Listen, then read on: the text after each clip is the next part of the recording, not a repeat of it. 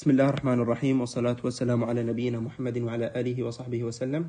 هنشرح محاضرة الكاف اللي هي المحاضرة الأولى من امتحان الباطنية إن شاء الله تعالى القادم الثلاثاء القادم بإذن الله.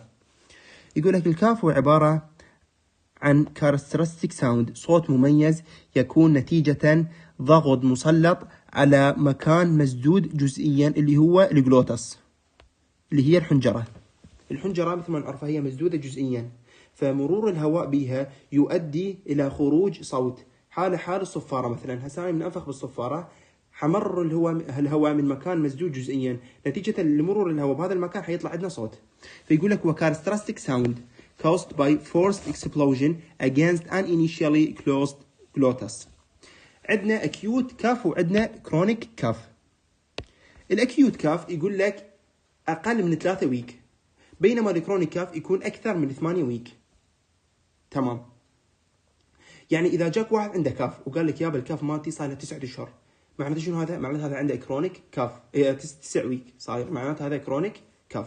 تمام، يقول لك the most common causes of the acute cough is acute upper respiratory tract viral infection.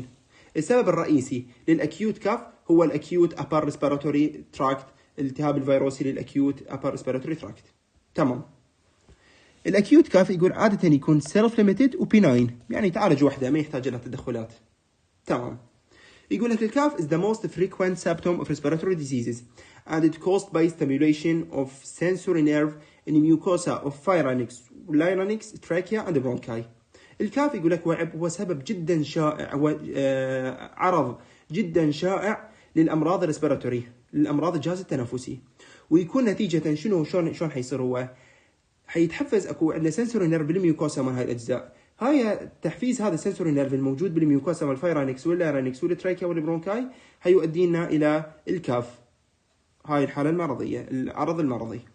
تمام، يقول لك acute sensitization of normal cough reflex occur in number of conditions and it's typically induced by change in the air temperature or exposure to irritant. يقول لك القحة هاي تصير احنا نسميها مرات القحة الموسمية، تصير نتيجة تغيير بدرجات الحرارة. يعني مثلا هواية ناس من يجي الشتاء يجي الربيع يجي من تجي أشهر فصول السنة تصير عندهم قحة. هاي القحة يقول لك تكون نتيجة تغير بدرجات الحرارة change in the air temperature. تمام، أو يكون نتيجة التعرض إلى مهيج، مثلا يتعرض إلى بولن حبوب اللقاح اللي موجودة بالربيع، أو يتعرض مثلا إلى دست، أو يتعرض إلى أي مهيج كان، أو مثلا ممكن يكون سيجرت سموك الدخان الجقاير، أو أي شيء مهيج. تمام، الآن هسه حنجي إلى جدول جدا مهم. هذا جدول جدا مهم، يعني خاصة دكتور محمد غالب أعتقد هذا الملزمة مالته يموت على جداول، يعني أغلب أسئلته تكون من الجداول. يقول لك احنا حناخذ الأوريجين العضو، وناخذ مالته الكمن كوزز، وناخذ الكلينيكال فيتشرز مالته. نبدينا بعضو. نبدي أول شيء بالفايرانكس. تمام، نبدي بالبلعوم. يقول لك الكمن كوزز مالته هو بوست نيزل دريب، اللي هو يسمونه التنقيط الأنفي الخلفي. حقيقة يعني بعد نحن مو ماخذين، يعني إن شاء الله مستقبلا يجوز ناخذه. تمام، يقول لك الكلينيكال فيتشرز مالته هو شنو؟ هو هيستوري اوف كرونيك رينايتس، حيجيك المريض عنده تاريخ بالتهاب الأنفي. تمام، يعني شنو السبب مالته؟ بوست نيزل دريب. وشنو الكلينيكال فيتشرز؟ حيجيك عنده تاريخ رينايتس اللي هو كرونيك رينايتس اللي هو التهاب الأنف المزمن. تمام، الآن نأتي إلى اللارينكس اللي هي الحنجرة.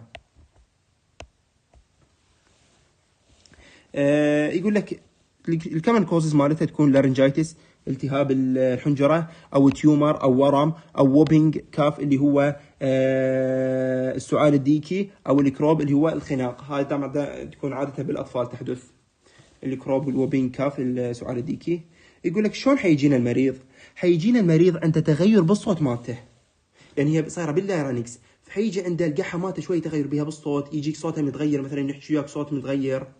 كذلك حيصير عندنا harsh or painful cough، حيصير عندنا يعني سعال يجي وياه ألم، يصاحبه بألم، سعال شديد ويجي وياه ألم. وكذلك حيصير عنده paroxysm of cough، يعني تجي نوبات سعال متكررة، يعني مثلا تجي مرة قوية حيل وراها شوي تهدأ، النوبة تجي قوية حيل وراها تهدأ. ويجي وياه often associated with stridor اللي هو بصوت يعني يجي صوت شهيقي هيك يعني مثلا. طبعا هاي خطره بس حناخذها يعني شنو سببها السترويدر هسه بالسلايدات اللي ورا حناخذها. تمام. الان التراكيا نجي. التراكيا اللي هي القصبه الهوائيه سوا مالتها يكون ترايكايتس. شلون يجي لي كلينيكال فيتشرز؟ حيجي وياك عنده ريترو ستيرنال بين وذ كاف. يعني الستيرنال عظم الستيرنال تعرفوه حيجي ويا الم صاير خلفه، يعني كاف ويا الم صاير خلف الستيرنم بون. تمام. يجيك سعال وعنده الم خلف عظمه الستيرنم ويا التراكيا. تمام. البرونكاي يقول لك نتيجه البرونكايتس and chronic obstructive pulmonary disease الكوبيد، أو نتيجة الأستما الربو، أو إيزانوفيليك برونكايتس، أو لانج كانسر. تمام. البرونكايتس أو الكوبيد عادة حيكون مالته دراي جاف أو برودكتيف، يعني جويا سبيوتم، ويكون يعني يسوء في المورنينج في الصباح. يعني أبو الكوبيد القحات مالته نوبات القحة تكون أقوى بالصبح مو بالليل، تكون في الصبح. تمام. البرونكايتس أو الكوبيد وتكون جافة أو ويا سبيوتم.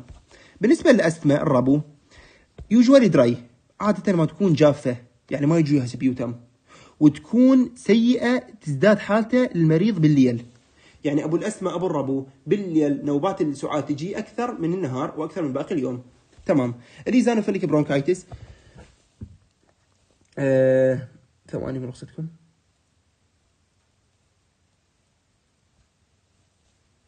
أي إيزانوفيليك برونكايتس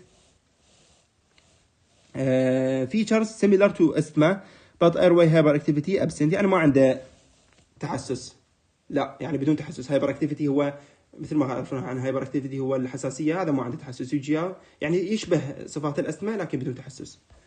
تمام. السبب الأخير اللي هو اللانج كانسر. هذا اللانج كانسر حيكون مستمر ويجي ويا دم هيموبتسز، يجي ويا دم يعني يسعل ويا السعال يطلع عندك دم. وحسه حناخذ شنو تفاصيل الدم اللي تطلع ويا اللانج كانسر، لأن اكو هواية أمراض تطلع دم، فلازم احنا نفرق بين الأمراض عن طريق نوعية الدم وعن طريق كذلك لون الدم أو شنو مكونات الدم مالته. تمام. الآن نأتي إلى اللانج بارانكيما. اللانج بارانكيما يقول لك تيوبرسلوسيس السل الرئوي، يكون برودكتيف ويا سبيوتام، ويكون يجي ويا تقريبا هم بلاد. بس أكيد البلاد اللي يطلع ويا التيوبرسلوسيس يختلف عن البلاد اللي يطلع ويا اللانج كانسر، وهسه حناخذها ونفرق بيناتهم إن شاء الله. النيومونيا يقول لك بداية حيكون دراي جاف، وبعدين حيتحول لنا إلى بروتكتيف ليتر، حيتحول بعدين إلى ويا يجي ويا سبيوتم. تمام. البرونكيوستاسيس يقول لك حيكون بروتكتيف، هم بروتكتيف يعني ويا سبيوتم.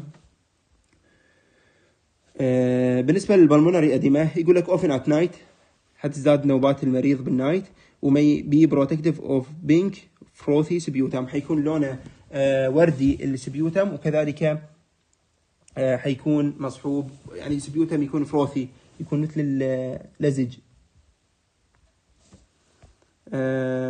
كملنا سايد الأورجان، كملنا هسه نجي على الدراج سايد افكت.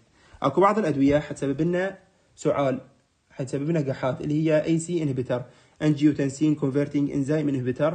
وهذا السعال اللي صاحب هذا اللي هو يكون احد سايد افكت من هذا الدواء يكون دراي كاف، يعني ما يطلع ويا سبيوتام، يكون جاف. الاسبريشن اللي هو جاسترو اسوفيجال ريفلكس ديزيزز، الجورد او الجرد، يقول لك هذا هو هيستوري اوف اسيد ريفلكس، حيجي وياك المريض يجي عنده اسيد ريفلكس، يعني تاريخ من الاسيد ريفلكس، اور الهارت بيرن، اور الهياتس هرنيا، اور الاوبيسيتي. كل هاي لو يعني لو تلاحظوها لها علاقه بالجي اي تي، الكلينيكال فيتشرز لها علاقه بالجي اي تي. تمام.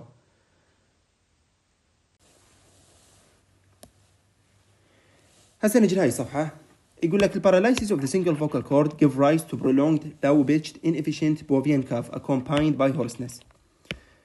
إذا صار عندنا شلل بإحدى الحبال الصوتية، شلل الحبال بإحدى الحبال الصوتية، حيؤدينا هذا إلى نوع من الكاف يسمونه البوفيان كاف. شنو هذا البوفيان كاف؟ البوفيان كاف هو يحدث نتيجة الباراليسيس of single vocal cord. ايش حيصير عندنا؟ شنو ميزات هذا الكاف البوفيان كاف؟ يكون prolonged، يكون طويل، ولو بيتشت يعني منخفض النغمة، يعني شوية ناصي مو عالي يعني مو قوي، لا يكون شوية منخفض، وين efficient غير فعال، ويكون مصاحب إلى هورسنس بحب الصوت. تمام. الآن نأتي إلى السترويدر. شنو هذا السترويدر؟ أخذناه فوق إحنا هنا سترويدر. فهو شنو هذا السترويدر؟ يقول لك سترودر هو indicate partial obstruction of major airway، يعني يؤدينا هذا يعني يشير الى انسداد جزئي بمجرى الهواء، وهذا جدا خطر. يعني شوف شو يقول لك هنا، يحتاج urgent investigation and treatment، يحتاج تدخل وعلاج مباشر، يعني ما تنتظر، لا لازم قبل تعالجه وتسوي له تدخل. شنو مسبباته؟ لارنجيال اوديما، تراكيال تيومر التهاب بالتراكيا، سكارينج اور كومبريشن ضغط جاي من الخارج على الايرواي، اور انهيلد فورين بوديز، او مثلا واحد ابتلع جسم غريب مثلا قطعه بلاستيك، فهنا حيصير عندنا بارشال اوبستراكشن بالايرواي، فحيصير عندنا كاف ويجي وياه صوت يسمونه سترويدر، اللي هو صوت يسمونه صوت شهيقي، يعني هيك صوت شهيق مثل الشهيق. تمام. يقول لك السبيوتم برودكشن بالكاف، اذا طلع لنا سبيوتم بالكاف، هي هذا كمان تكون شائعه جدا بالبيشن اللي عندهم اكيوت اور كرونيك كاف. يعني البيشن عندهم اكيوت اور كرونيك كاف جدا طبيعي يطلع عندهم سبيوتم، بس تختلف عاد اذا سبيوتم لونه ريحته، يعني اكو امراض خطره يطلع عندهم سبيوتم، فنقدر نعرفها عن طريق نشوف السبيوتم يعني مالتها. يعني شوف هنا شو يقول لك، النيتشر والابيرنس، يعني طبيعه وشكل السبيوتم حيقدر يعطينا دليل على شنو نوعيه المرض اللي مصاب بهذا الشخص. تمام. بالنسبه للسموكرز، الناس المدخنين اللي عندهم كاف خاصه بالمورنينج، يعني الناس المدخنين من يقعدون الصبح يكون عندهم كاف، وهذا الكاف يكون مصاحب ويا السبيوتم، هاي طبيعي يقول لك، يعني من هذول عندهم كرونيك برونكايتس. لكن اذا في لحظه من معينه هذا الكاف تغير طبيعته او صار وياه بلاد لمده اسبوع او لمده معينه، معناته هذا انديكيت صار عنده لان كانسر. يعني انت المدخن هو جدا طبيعي يقعد الصبح يقحقح ويا سبيوتم يجي، لكن اذا تغير طبيعه السبيوتم او صار وياه بلاد، معناته هذا انديكيت لانج كانسر، التهاب سرطان الرئه. تمام. نجي الان الى الاتيولوجي. يقول لك الاكيوت ترانزيوينت كاف، الاكيوت ترانزيوينت كاف is the most commonly caused by viral lower respiratory tract infection. يعني حقيقه انا ما ادري شو هو، دكتور كاتب فوق upper وهنا كاتب lower الاكيوت، بس احنا ناخذها يعني على الاثنين، لان حقيقه ما ادري انا بحثت فيها ما، يعني هو كاتب هنا lower وفوق كاتب upper. المهم، فيقول لك الاكيوت كاف يكون commonly caused by viral lower respiratory tract infection. البوست نيزل دريب اللي هو التنقيط الانفي الخلفي، resulting from rhinitis or sinusitis التهاب الجيوب الانفيه او التهاب الانف. aspiration of foreign bodies، او ممكن يكون عندنا نتيجه الاسبريشن of foreign bodies تبتلع جسم غريب، or throat clearing secondary to laryngitis or pharyngitis، او التهاب اللارنجيتس او التهاب الفرنجيتس، التهاب البلعوم او التهاب الحنجره. يقول لك when cough occur in context of more serious disease such as pneumonia, aspiration or congestive heart failure or pulmonary embolism, it usually easy to diagnose from other clinical features. يعني يقول لك مثلا جانا واحد كاف، عنده كاف وجاء عنده مثلا عنده أديمة بالليفت سايد اوف هارت، يعني هذا عاد مبين هذا يكون هارت فيلر. شو يقول لك؟ يعني يقول لك الناس اللي عندهم امراض خطيره وعندهم كاف، هاي الامراض يكون سهله تشخيصها، سهل تشخيص الكاف، يعني جدا طبيعي تعرف طبيعه الكاف، لان هو تلقائيا حتطلع وياه اعراض اخرى، لان اكيد مثلا ابو الهارت فيلر حتطلع عنده اعراض عدا الكاف، وكذلك ابو البلمونري امبوليزم حتطلع عنده اعراض غير الكاف، وكذلك ابو النيومونيا او الاسبريشن او اي مرض خطير. تمام. patient with chronic cough present more of challenge especially when physical examination, chest x-ray and lung function studies are normal. مرات يجي بيشن عنده كرونيك كاف، عنده التهاب، عنده قحة مزمنة، فندزه الى physical examination وchest x-ray ولانج فانكشن يطلع عن طبيعيات، فهنا نقول لك هاي جدا حتصعب الحاله، يعني حيصير تحدي صعب بالنسبه للطبيب شلون يشخص الحاله، لان طلع عند الفيزيكال اكزامينيشن طبيعي والتشست اكس راي طبيعي واللانج فانكشن طبيعي، شلون مع العلم هو كرونيك. فيقول لك بهاي الحاله انت تحصر المريض بثلاثه امراض، هاي الثلاثه امراض غالبا ما تحصر بالمريض اللي عندهم هاي الحاله، اللي عندهم كرونيك كاف، بس يجيك نورمال فيزيكال اكزامينيشن، نورمال تشست اكس راي ونورمال لانج فانكشن. الحاله الاولى it's most explained كاف فايلنت أثما، ممكن يكون عنده ربو، ابو الربو يجيك فيزيكال اكزامينيشن مالته نورمال، التشيست اكس راي مالته نورمال، وكذلك اللانج فانكشن مالته نورمال. فاذا جاك عندك كرونيك كاف قال لك يا دكتور صار لي 9 اشهر اقح، دزته وطلع عندنا يكون اللي فوق صحيح كل شيء ما به نورمال، فممكن يكون عنده أستما اللي هو السبب الشائع بهاي الحالة.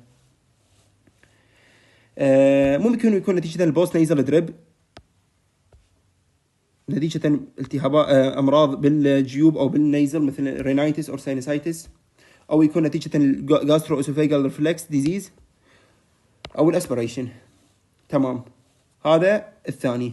الثالث مثل ما قلنا اكو دراجات تسوي لنا كاف، اللي هي شنو؟ اللي هي انجيوتنسين كونفرتنج انزيم انهبيتر. فيقول لك 10 الى 15% من البيشن اللي ياخذون هذا الدراج خاصه النومان حيصير عندهم كرونيك كاف. فمرات مثلا يجيك المريض عنده كرونيك كاف، الدزه ذا كنا الفيزيكال اكزامينيشن والتشست اكس راي واللانج فانكشن يطلع نورمال، تيجي ما عنده استما، تيجي ما عنده بوست نيزل دريب، ما عنده لا التهاب الانف ولا التهاب الجيوب ولا عنده جورد ولا عنده اسبريشن.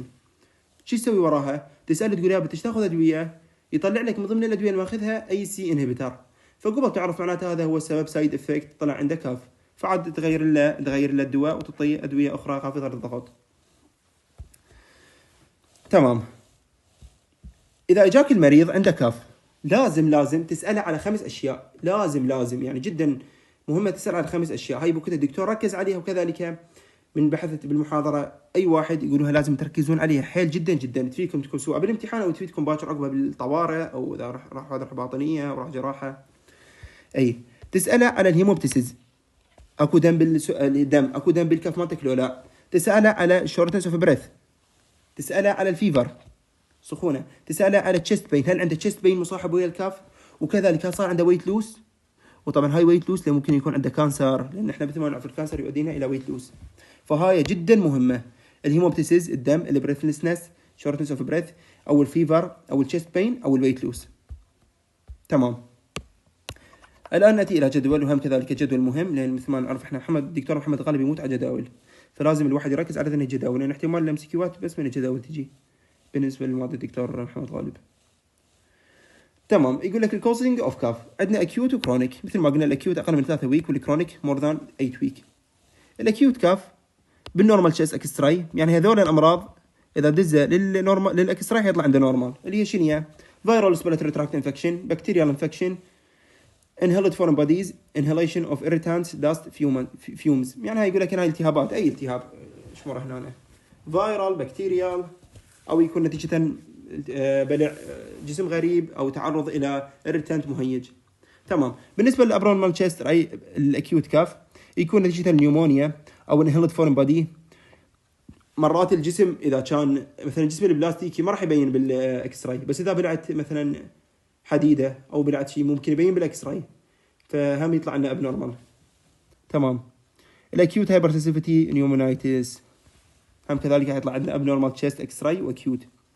بالنسبه للكرونيك كاف الامراض اللي تكون نورمال تشيست اكس راي اللي هو جاسترو اسوفيجال ريفلكس ديزيز، استما، ربو، بوست فايرال برونكيال هايبر رياكتيفيتي. هذول اكو مرات ناس يصير عندهم فايرال انفكشن ووراها تجيهم فشي يسمونه بوست فايرال برونكيال هايبر اكتيفيتي، يطولوا وياهم يصير عندهم كرونيك ورا الفايرال انفكشن، يعني يتحول من اكيوت الى كرونيك. تمام. رينايتس، ساينسايتس اللي التهاب الانف او التهاب الجيوب الانفيه. سيجريت سموكينج، المدخنين اكيد حيصير عندهم كرونيك لانه هو مستمرين بالتدخين، فمستمر مره وياهم السؤال. ادراك سبيشالي انجيوتنسين كونفرتنج انزيم مثل ما اخذنا فوق، او اريتانت داست فيومز.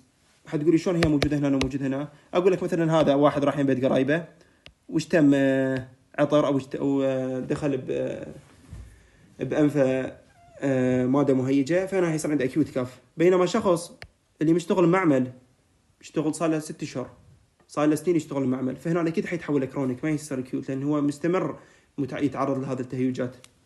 تمام. بالنسبه للابنورمال تشيست اكس راي، لانج تيومر، تيوبرسيلوسيس، التهاب السل الرئوي، interstitial lung diseases اللي هو fibrosis، interstitial fibrosis أو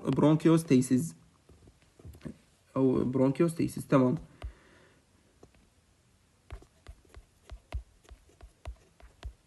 الآن نأتي إلى السبيوتم اللي هو البلغم. السبيوتم يقول لك it's mucus produced from the respiratory tract، هو عبارة عن مادة مخاطية تنتج من الريسبيراتوري تراكت، هي نورمال يعني تنتج بجسم طبيعيا جدا تنتج، لكن هي عادة يعني يقول لك اللانج عادة تنتج 100 ملي اوف كلير سبيوتم ايج داي كل يوم. بس لكن هذا السبيوتم ما راح يطلع بالقحه، او ما راح يطلع يعني ما راح يطلع بالقحه او يطلع من حلق الانسان. لا، هذا السبيوتم عاد طبيعيا يعني ناتشرالي حيروح ترانسبورتد تو اوروفارينكس، وبعدين حينبلع يروح للجي اي تي. يقول لك عندنا 4 تايب اوف سبيوتم، عندنا 4 انواع من السبيوتم. اول شيء السراس والميوكاد والبيورلنت والراستي. السراس يقول لك اذا كان عندنا كلير ووتري، الابيرنس مالته اذا كان عندنا كلير ووتري، اذا كان كلير ويكون مائي، حيكون نتيجه الالفيولار سيل كانسر. طبعا هاي مقلوبه يعني، هاي هنا وهي تروح هنا، حتكون نتيجه الالفيولار سيل كانسر. تمام. اما اذا كان فروثي وبينك، هذا الفروثي وبينك معناته حيكون عندنا نتيجه الاكيوت بالمونري اديما.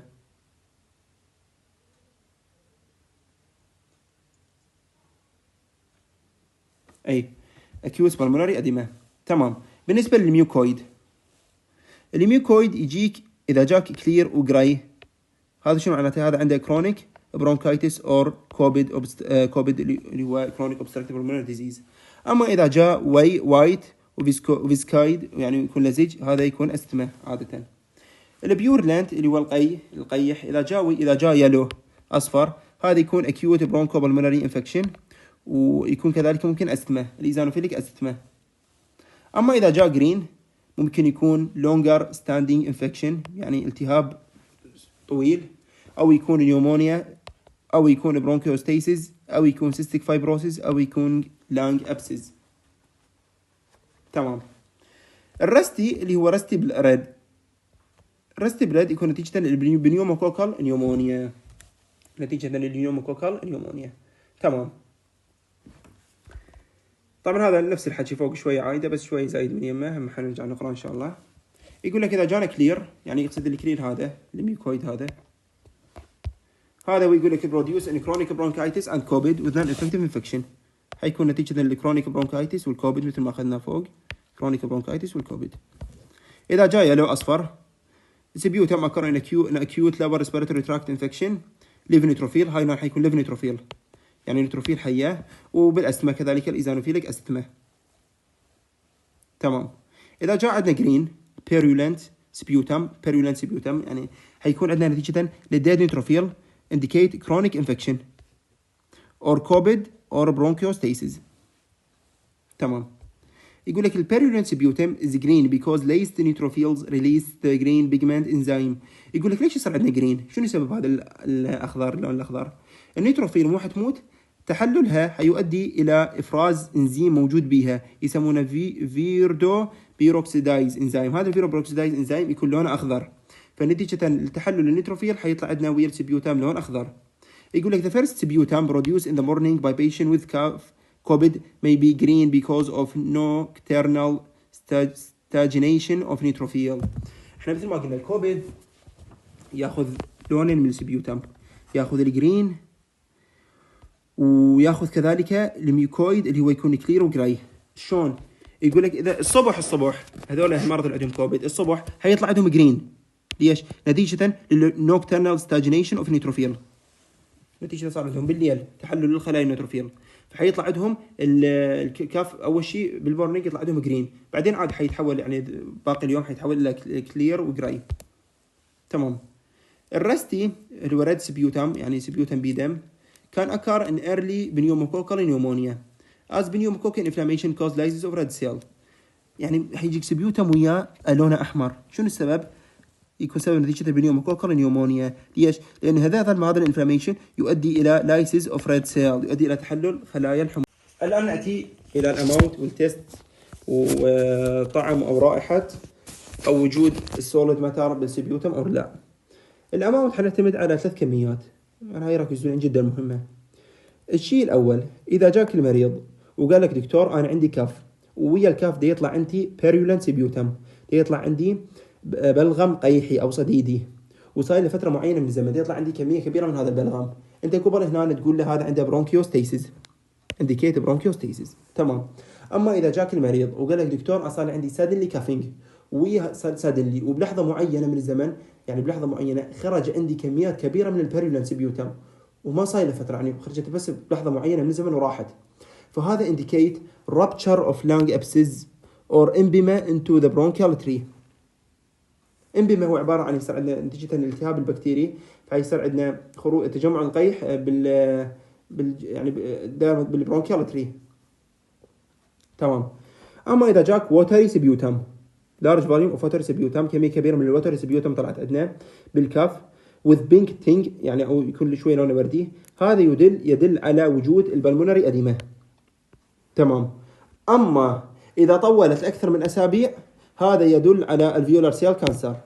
فالووتري سبيوتم، كميات كبيره من الووتري سبيوتم إذا كانت لأسابيع عدة طولت هذا يدل على الفيروس سيل كانسر. إذا كانت لفترة قليلة من الزمن هذا يدل على بالمونري أوديما. تمام. هسه نجي على التيست أور سميل. الفول تيستينج أور سميلينج سبيوتم سجست أن أيروبيك بكتيريال انفكشن. إذا جاك عندك سبيوتم قال لي دكتور أحس عندي بلغم طعمه ولا ريحته طيبة، وهم أنت يعني اشتميت مثل الريحة ما طيبة بحلقة، فهذا يدل على التهاب البكتيري الغير هوائي أن أيروبيك بكتيريال انفكشن، يعني قبل هذا انيروبيك بكتيريال انفكشن. تمام. وكذلك حيصير عندنا فول وتست سميل تيستينج اور سميل سبيوتم، حيكون عندنا رائحه كريهه او طعم كريه بالسبيوتم، يحدث عندنا ويا البرونكيوستيسيس، ويحدث كذلك ويا اللانج ابسيس، وكذلك ويا الامبما. تمام. السوليد ماتر يقول لك بالاستما and allergic bronchiopulmonary aspergillus thick secretion can accumulate in airway and be coughed up as worm-like structure that casts of bronchi. بالاستما وكذلك بالاسبيروجيلاس، اللي هو اسبيروجيلاس هو التهاب فطري يصير عندنا باللانج، حيطلع عندنا ويانا سوليد ماتر ويا الكاف بالاستما، وكذلك بالاسبيروجيلاس حيطلع عندنا يعني سوليد ماتر يسمونها ورم لايك، تكون تشبه الورم لايك. تمام. هسه نجي على الهيموبتيسيس اللي هو وجود الدم بالكاف. يقول لك هيموبتيسيس is coughing up blood from the respiratory tract and always require investigation. هو خروج الدم بالكاف، وعاد يعني دائما ما يحتاج الى تدخلات طبيه والى تدخل يعني سريع، لان اغلبه يكون يعني شويه ممكن يكون مصاحب لللان كانسر او مصاحب للتيوبرسيلوزز، وهي امراض خطيره يعني مهدده للانسان، لايف ثريتنينج. الاماونت والابيرنس، اذا طلع عندنا بلاد ستريكت كلير سبيوتم، او طلع عندنا خضره بالسبيوتم، يعني طلع عندنا بالبلغم خضره يعني شيء خضره، يقول لك هذا واستمرت هذه الحاله اكثر من ويك، هذا يدلنا على اللان كانسر. تمام. فاذا جاء عندنا سبيوتم ويا كلوتس خضره واكثر من اسابيع، هذا يدل على اكثر من اسبوع، يدل على اللان كانسر. يقول لك الهيموبتيسيس with purulent sputum suggest infection. إذا كان عندنا كاف ويطلع ويا دم ويطلع كذلك ويا قيح، هذا يدل على infection. أما إذا جانا كاف و large amount of pure blood is rare but potentially life threatening. هاي شيء ما يقول لك coughing up large amount of pure blood is rare but potentially life threatening. يقول لك إذا كان عندنا كاف وطلع ويا كميات كبيرة من الدم، هاي تكون حالة نادرة، لكن غالبا هي دائما ما تكون مهددة لحياة الإنسان، وأغلب أسبابها هي تكون لان كانسر أو برونكيوستيسيس. يعني يقول لك تكون نادرة جدا خروج كميات كبيرة من الدم بالسعال، بس هي إذا صارت معناتها جدا خطرة وتكون لايف ثريتنينج، مهددة جدا لحياة الإنسان، لأن غالبا ما تكون لان كانسر أو برونكيوستيسيس. وكذلك التيوبرسلوسيس وليست كمان اللانج ابسيس او المايسيتوما، كذلك هم التهاب فيروسي، التهاب فطري، او سيستيك فايبروسيس، او اورتا برونكيال فيستولا اند جرانيولوميتوسيس وذ بولينجايتس. هاي الاسباب اللي تؤدينا الى اخراج كميات كبيره من البلاد بالكاف. الاسباب الرئيسيه تكون لانج كانسر او برونكيوستيسيس اند تيوبرسلوسيس، واللي اقل شيوعا اللي هي اللانج ابسيس او المايسيتوما التهاب فطري، او السيستيك فايبروسيس، او الاورتا برونكيال فيستولا. يعني يصير عندنا الاورتا حتى يصير عندها ضرر مكان معين، فحيتسرب الدم الى البرونكاي يؤدينا الى اخراج كميات كبيره من الدم بالكاف. تمام. البرونكيوستيسيس سنرجع للديوريشن والفريكونسي مال الكاف، البلاد انكاف. اول شيء البرونكيوستيسيس مثل ما قلنا حيسوي لنا بلاد انكاف، لكن خصائص الكاف مال البرونكيوستيسيس يكون اوفر ييرز ويكون انترميتنت، يعني يستمر لسنوات ويكون منقطع.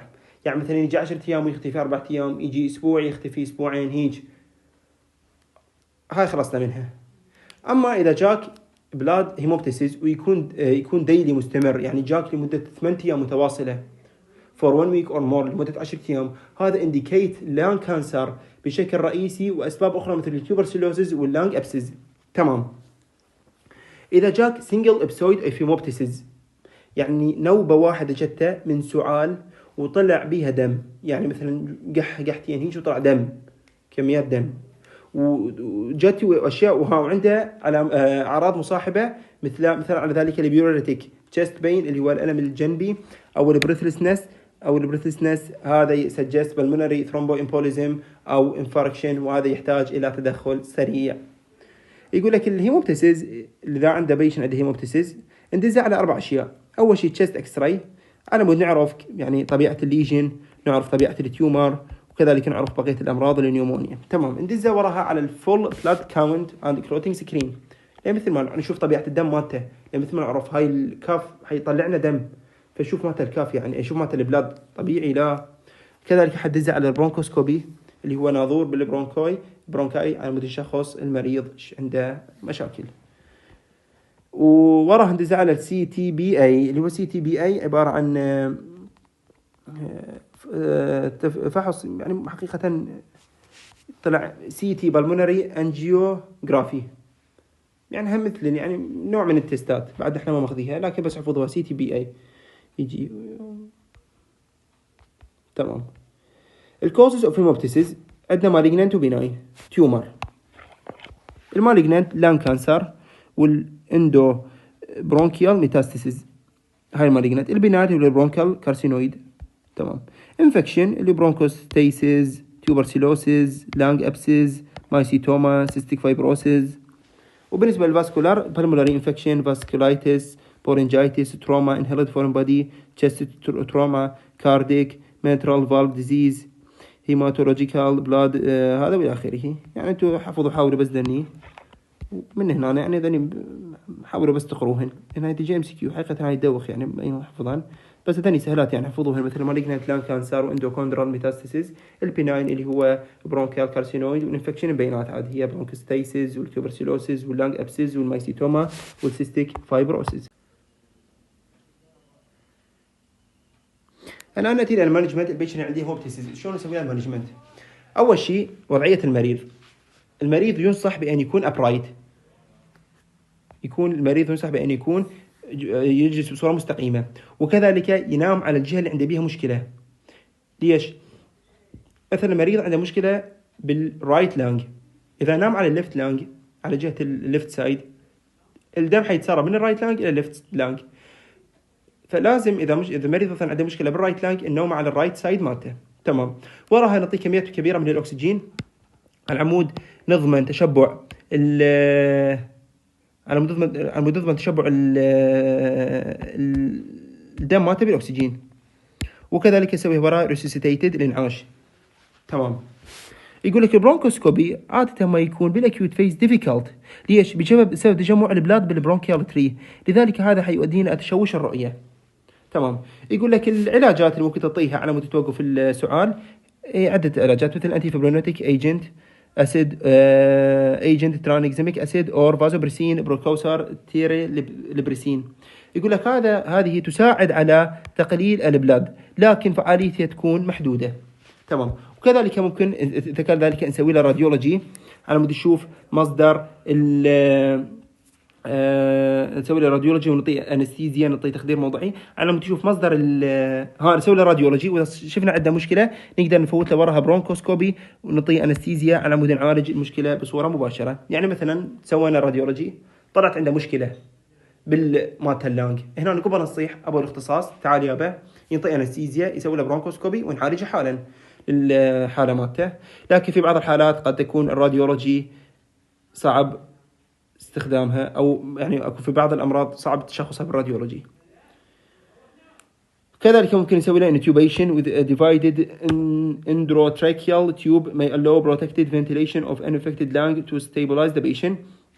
كذلك قد تستخدمين التنبيب، هذا التنبيب يعني يستخدم لتهوية الرئة الغير متأثرة على مود حالة المريض تستقر. البرونكيال ارتريوغرافي وكذلك الامبوليزيشن ممكن تستخدم وياه تصوير الأوعية الدموية، وكذلك تشوف الانسداد مالته وين، او تستخدم وياه emergency surgery. يعني مثلا اذا شفت المريض عنده مشكله بالاوعيه الدمويه بالاورطه، والاورطه جاي تسرب الى اللانج، فهنا قبل تسوي له emergency surgery، قبل تسوي له جراحه طارئه على العمود تعالج ضرر الاورطه. لان مثل ما نعرف الاورطه هو شريان، هو عباره عن يعني جدا مهم، فازلز جدا مهم جسم الانسان. وهاي خلصت المحاضره. السلام عليكم ورحمه الله وبركاته.